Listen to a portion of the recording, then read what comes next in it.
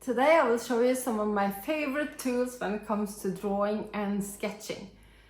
I am Gry Hege, I'm a Norwegian artist and I don't have any normal hands, but I do have these prosthetic hands. But even if I do, I still love to draw and I still love to sketch and paint. So today I will show you some of my favorite tools for drawing and sketching. It's stuff I almost cannot live without.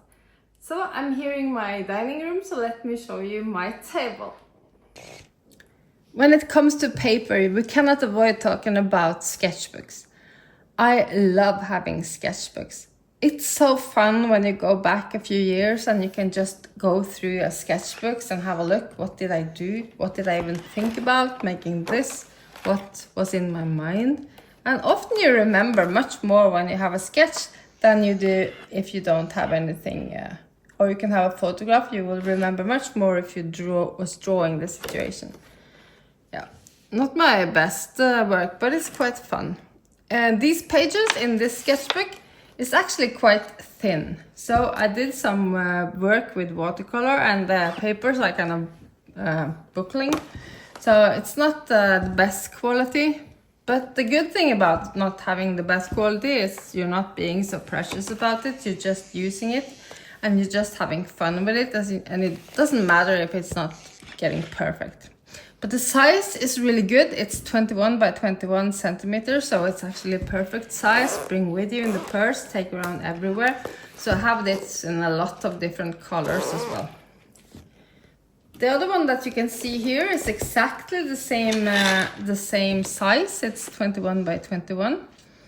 The paper is much thicker. This is watercolor paper, 300 GSM, so you can draw with a lot of water on this without being so buckly as the other one. Maybe I had too much, so this is a little buckly anyway. But anyway, you can use much more water and it's not coming through to the other side when you have a lot of black, for example. So this is actually a really good quality. What is with this? It's not been used that much, but I'm not sure if you can see it. But the papers are much more rough, meaning that they're not so easy to draw straight lines on. The other one was really smooth. This is something in between, probably a cold press, but it's not too bad either. So it's working fine. And I really like this book. Maybe I'm a little bit precious about it. Maybe I should just use it. I have so many anyway.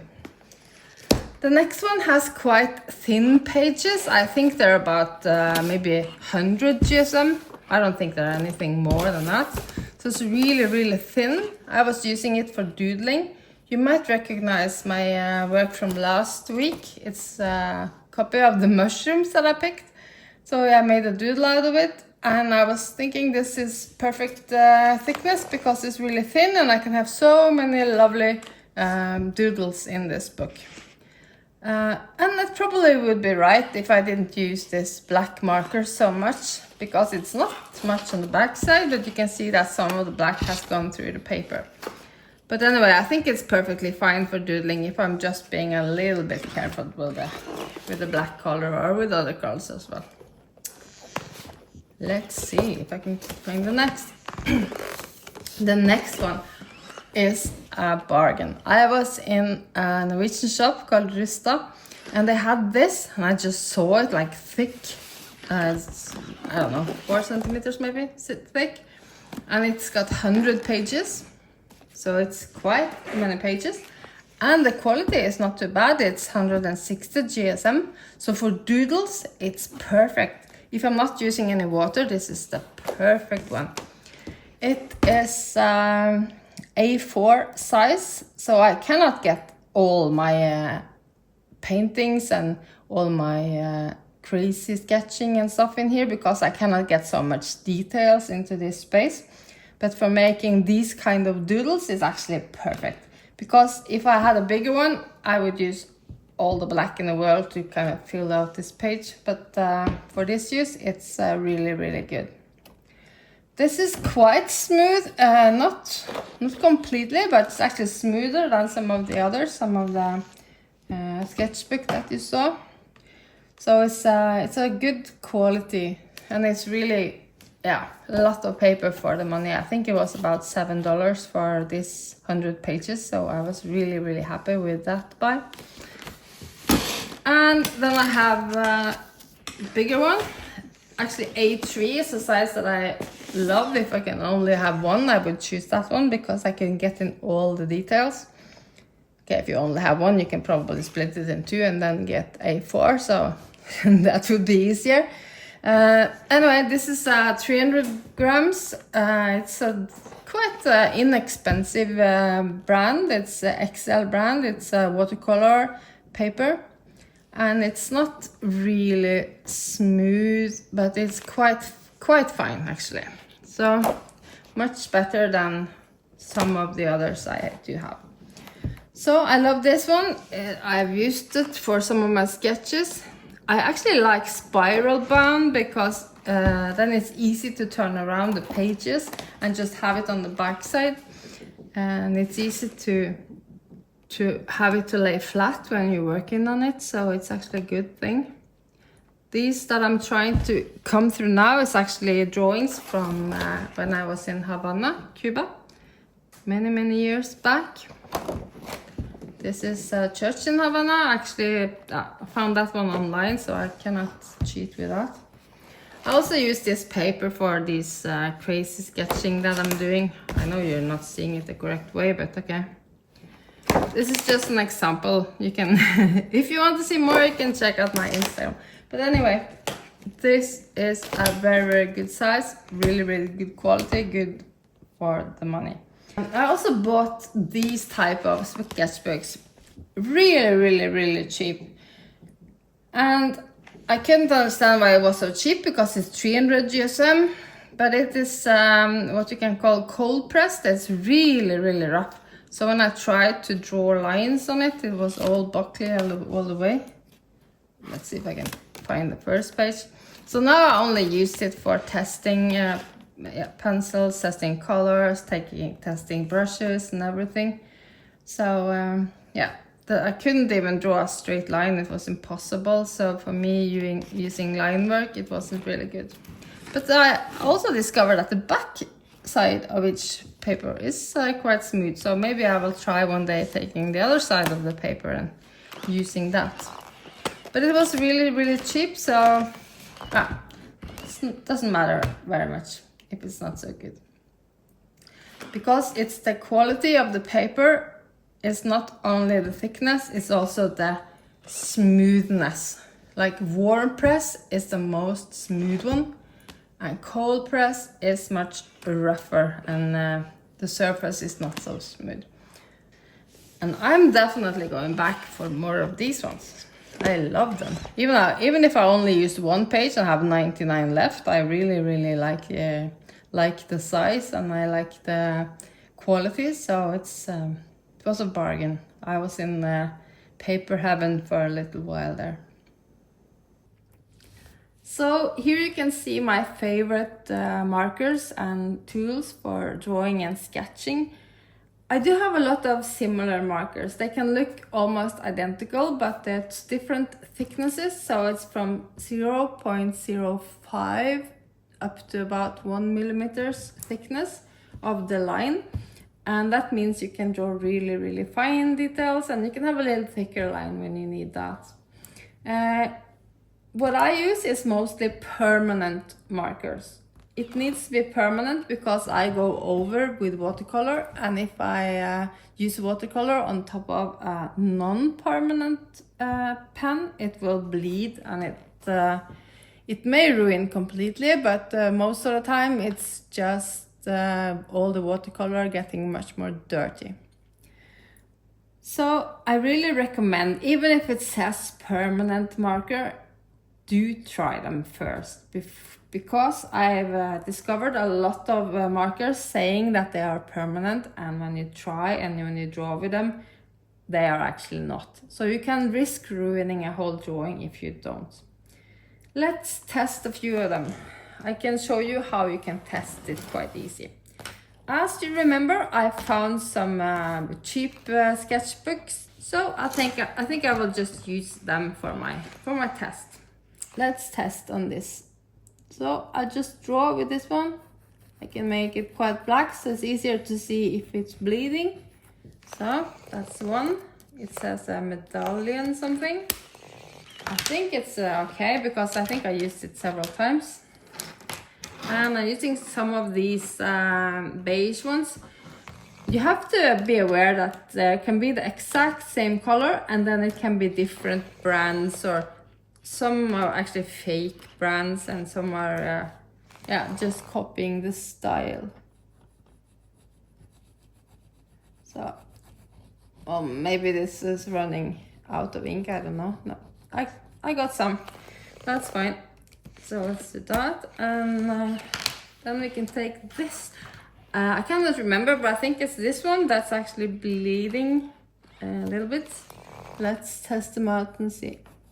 We're not going to test all of them, just so we find someone, because all of these are marked permanent, and I don't think all of them are actually. So there we have 3 black marks for these 3 markers.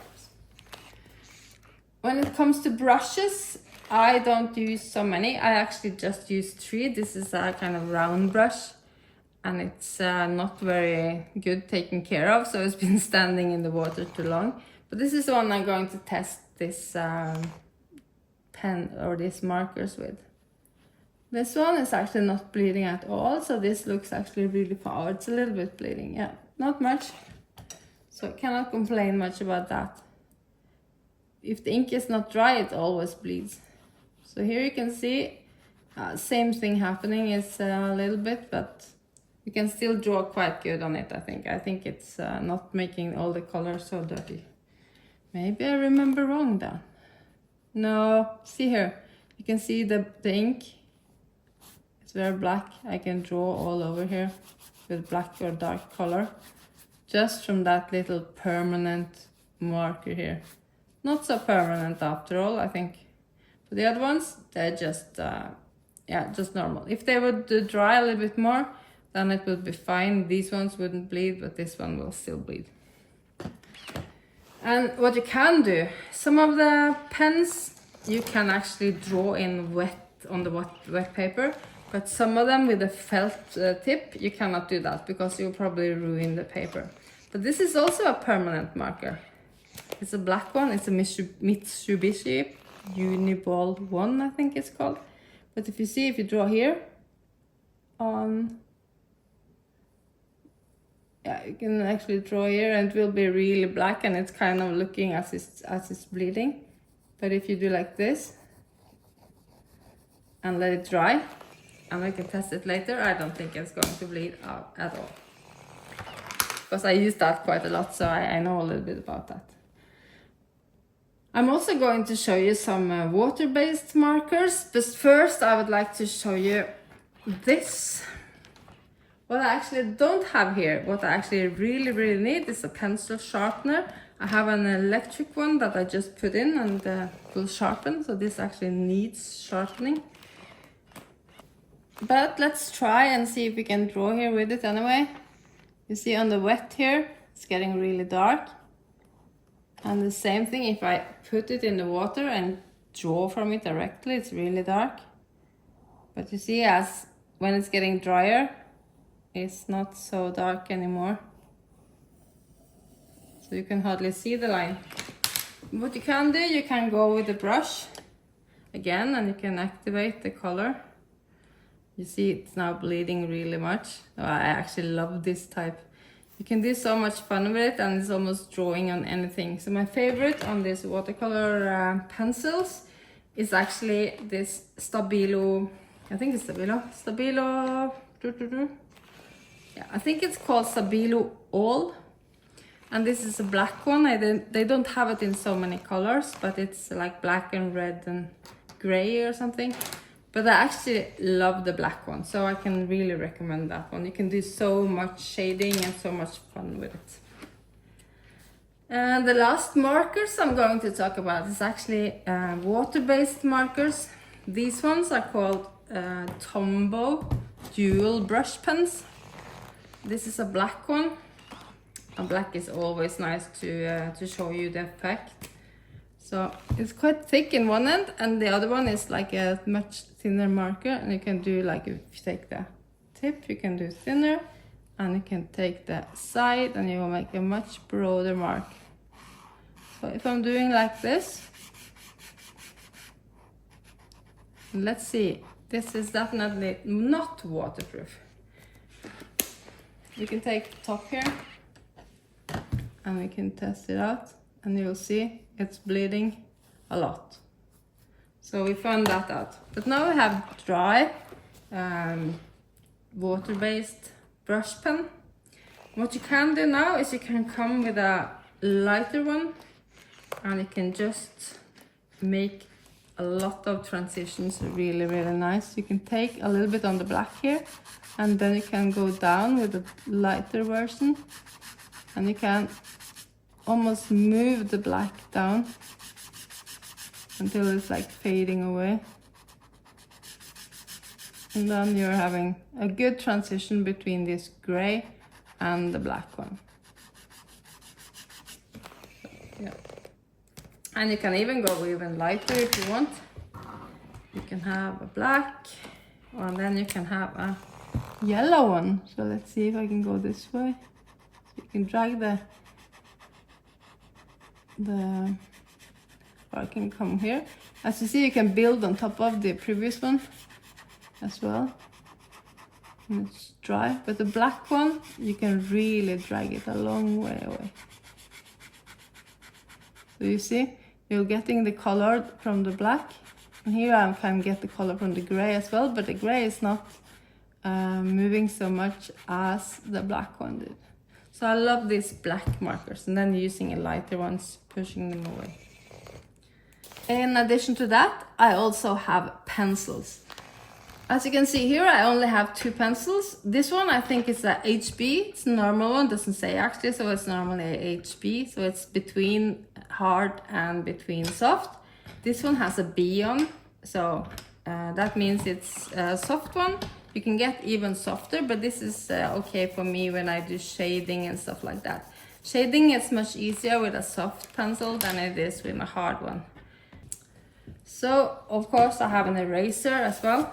I want to show you, I also have like pencils here. So I have a whole, this one is pencils and it's charcoal. I don't use charcoal so much because I tend to break them, so it's not so fun. But I do have a lot of pencils in here as well, so I will use them someday. And I have them, so I know I can if I want to. Now I would like to show you some of my watercolor. These are just a few of my boxes. I have several of these type boxes. They are made for standard sizes. This is made for only half pans. And this is only half pans, but it's also room for whole pans if I need that, because that's the double size of this.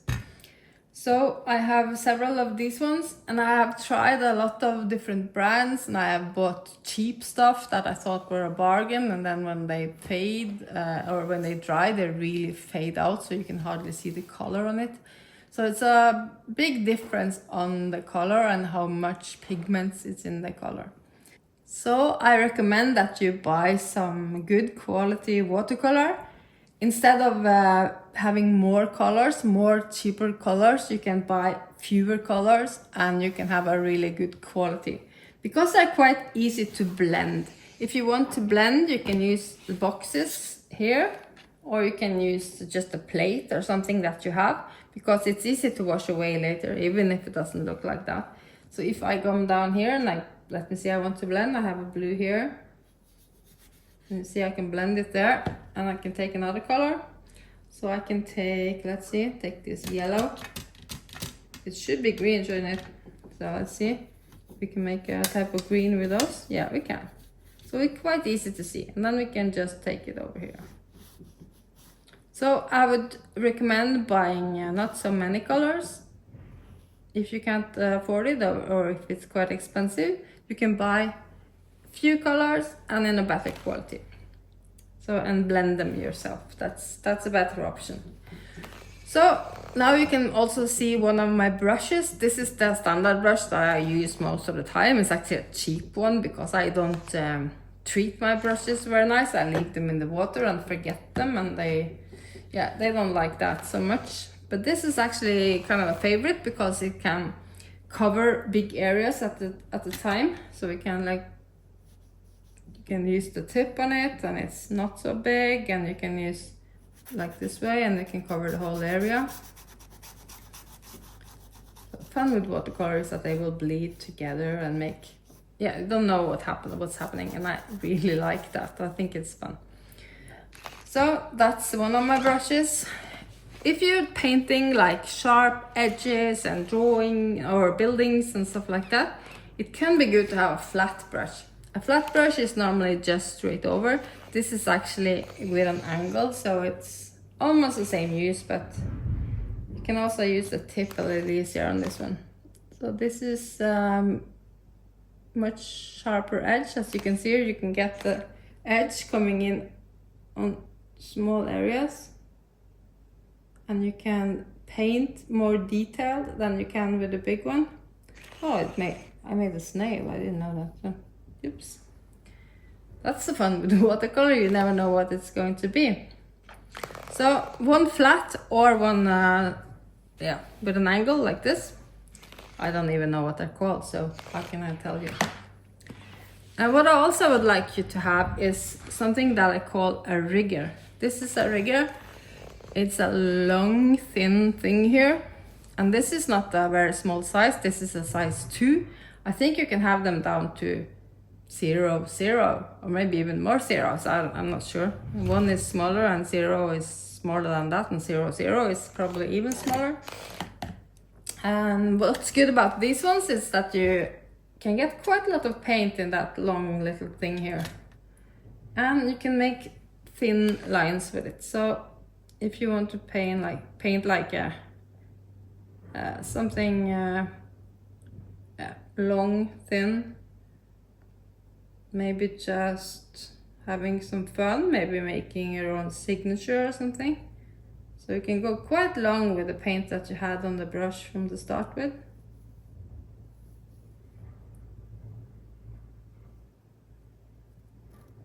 Yeah, still something there. Yeah, so you see, this one's actually really good to have. You can get small details in. Still paint in the brush, yeah. So those are the 3 I actually have up here. Even if it's here I do the watercolors, that's the brushes I do have here now. I also have fan brushes, and I all have all the different sizes, in the round one, the square one, and the other one. So, but these ones are the ones I use mostly for watercolor. When it comes to like painting with oil or with acrylics, that's a different thing. So I will cover that probably another time when I'm down in my studio where I have all my paint. Up here I only do stuff that is not so messy. So if I get paint all over the place, that wouldn't be fun in my living room, but here it's quite okay, it doesn't matter. I can just wash away when it's watercolor, so it's quite easy. That was my idea. So I hope that you liked what you saw, and if you did, maybe you would like to subscribe or maybe like this video. That could be fun. And maybe I'll see you again next Thursday. Hope so.